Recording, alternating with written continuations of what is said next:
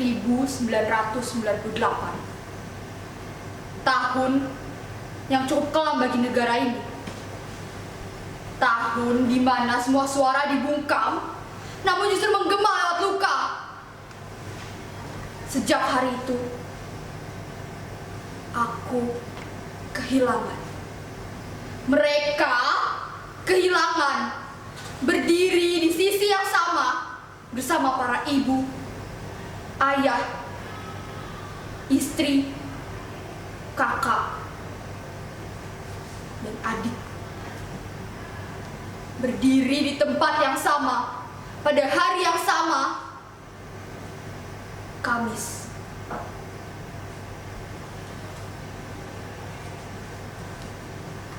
Sudah 20 tahun lebih berlalu. Namun kami masih tetap di sini dengan payung hitam di tangan kami di depan istana negara yang tak pernah bersuara.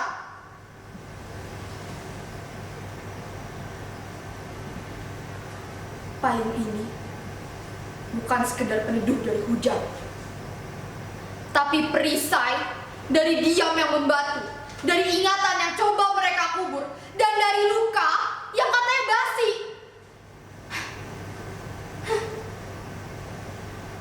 Tapi bagiku, luka ini masih berdarah.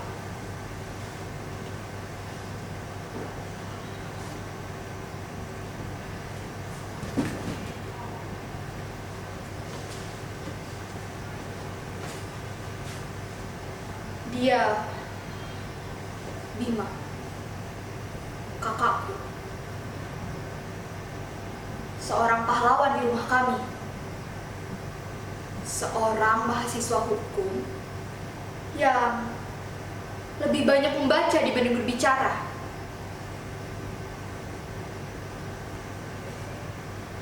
Ada satu hal yang pernah terucap darinya.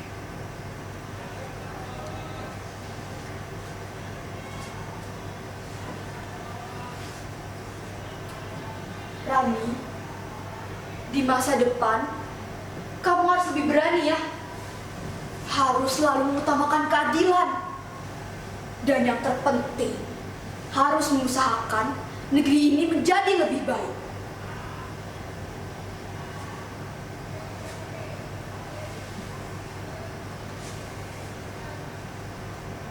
Aku tak pernah mengerti. Sampai sekarang pun, aku masih tak mengerti keberanian apa yang ia maksud. Dan apakah keadilan yang ia maksud adalah keadilan atas dirinya sendiri?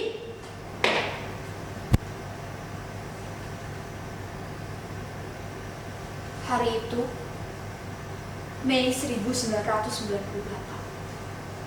dia berpamitan kepadaku. Rani, kakak izin pergi sebentar ya. Kakak ingin menegakkan keadilan.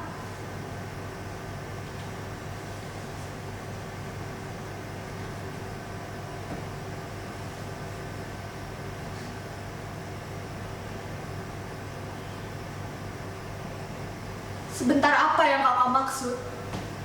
Kakak tak pernah kembali.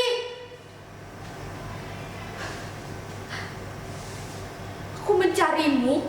Aku datang ke kampusmu. Aku bertanya kepada semua orang. Aku bertanya dengan berusaha tenang, walau hatiku porak-poranda. Aku bertanya kepada mereka. Di mana Kak Bima? Saat di rumah, ia bilang akan datang ke kampus. Apa? Tak ada ya?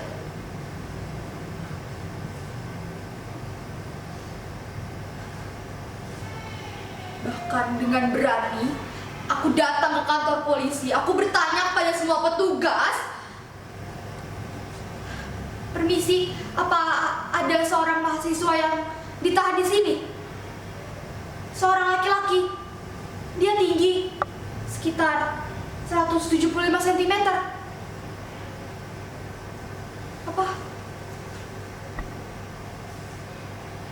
Ada juga.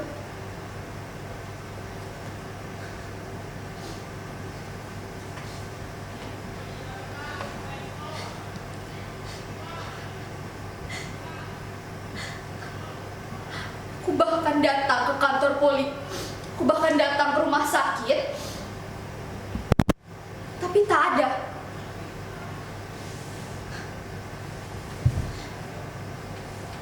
Aku datang ke kamar mayat, aku berusaha mencari tubuhmu sembari berdoa.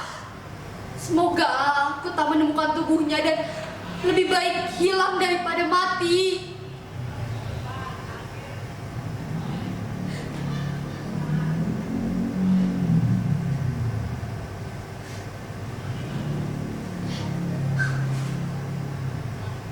Pada akhirnya, aku tak menemukan apapun. Dan ternyata hilang itu lebih menyakitkan dari mati.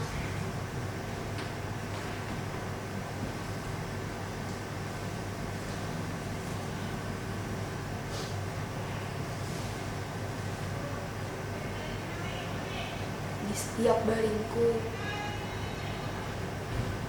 hanya terbayang wajahmu, Kak. Seorang kakak yang menyandang status sebagai mahasiswa,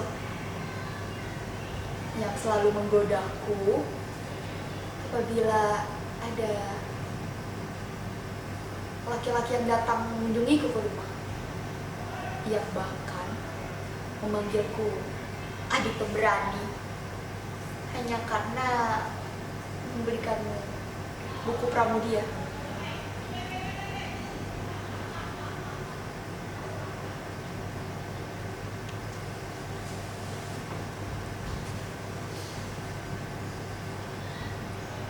Sekarang tak ada yang kembali, tak ada yang ditemukan, hanya tersisa nama-nama dalam spanduk dan foto-foto yang makin memudar dengan negara yang tetap bisu, seolah rasa peduli ikut mati bersama nilai-nilai yang dulu ramai mereka agungkan.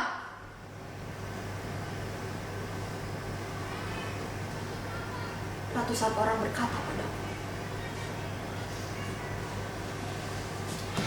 "Sudahlah Rani, lupakan saja.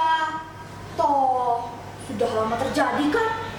Hidup itu harus terus berjalan."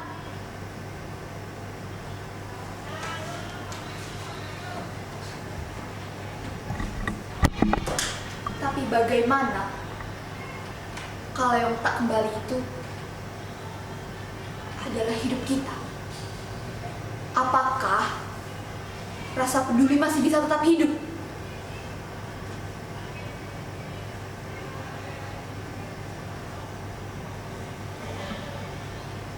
Aku tumbuh dalam kehilangan.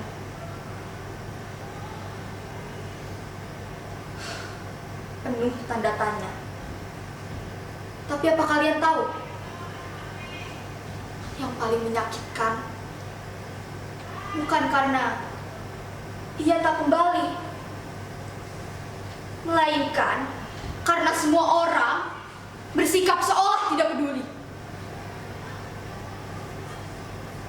Mereka semua yang seharusnya bertanggung jawab dapat menjalani hidup dengan tenang, sementara kami masih di sini dengan semua diam dan serba hitam, berdiri teguh di antara yang lain, sembari menunggu kepulangan yang tak pernah pasti.